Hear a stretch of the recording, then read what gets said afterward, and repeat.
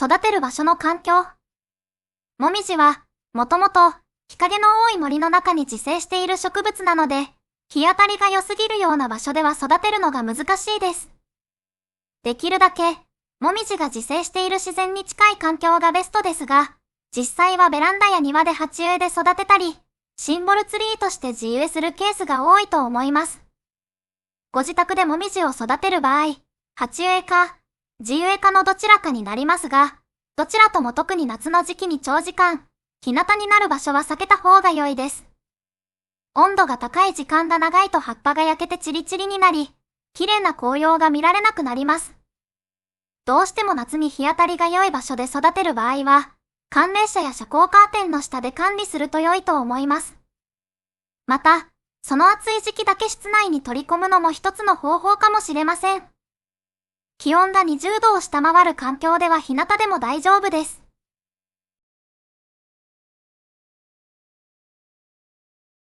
用土と植え替えについて。育てる土に関しては、腐葉土や赤玉土などが良いと思います。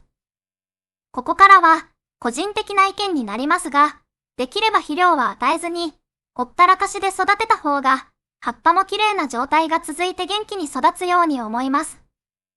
肥料を与える場合は新芽が出る前の3月頃に、少し与えるだけで良いと思います。肥料を与えることで樹勢も強くなり、成長スピードは速くなりますが、枝が徒長したり、いびつな形の葉が出ることも多いです。また、木が弱っている時に肥料を与えると、根腐れを起こして枯れるリスクが高くなります。さらに、もみじの園芸品種の場合、肥料を与えすぎることにより、船戸の模様がなくなって、先祖返りすることがあります。しばらく育てていると、鉢に雑草が生えてくることがありますが、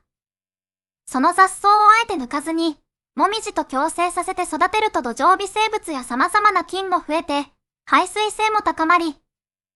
根が水や養分をスムーズに吸収する効果もあると思います。見た目は良くないかもしれませんが、雑草がある程度伸びてきたら、根は抜かずに地上部だけを刈ると良いです。鉢植えで2、3年育てると、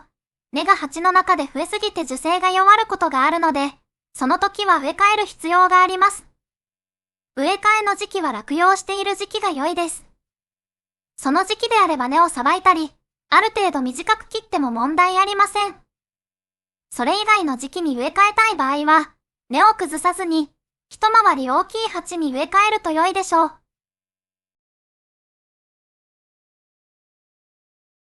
害虫や病気について。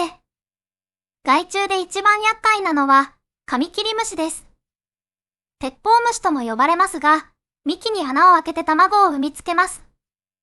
その卵が孵化すると幼虫が幹の中を食い荒らします。土の上に木くずの粉を見つけたら、カミキリムシを疑った方が良いです。対策は、カミキリムシ用の殺虫剤スプレーノズルを穴に入れて散布します。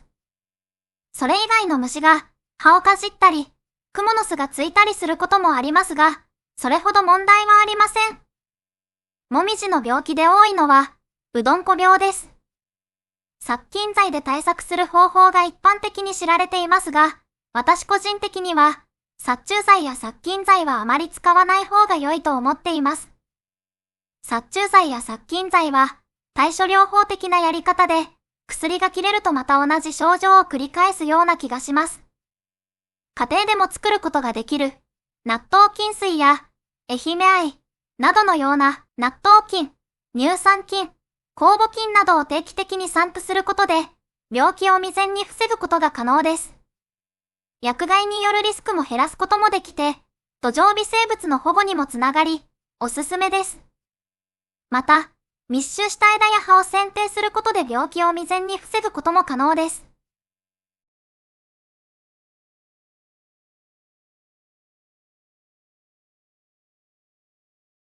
剪定について。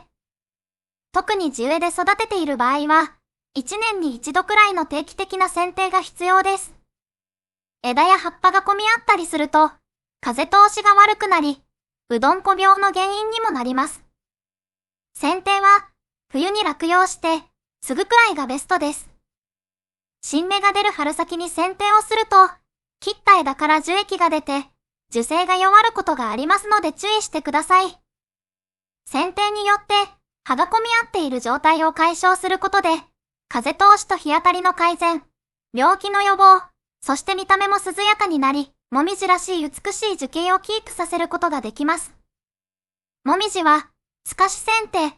という方法が一般的です。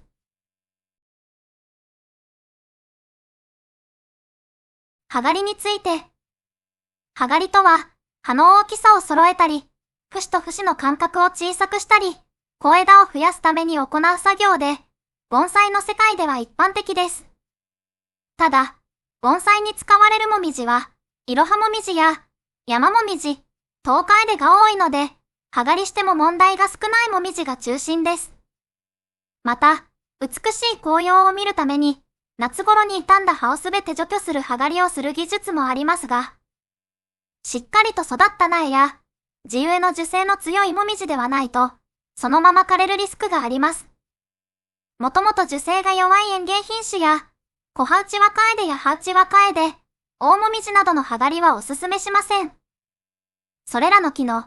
元気な葉を取ってしまうと、翌年まで葉が出てこないことも多く、新しい葉が出てきたとしても、とても不細工な葉が出てくることが多いです。もしそうなってしまったら、そのまま放置するしかありませんが、翌年の春には元の整った葉っぱが出てくるので、安心してください。この動画が皆さんのガーデニングライフのお役に立てれば嬉しいです。また、次回の動画でお会いしましょう。ご視聴ありがとうございました。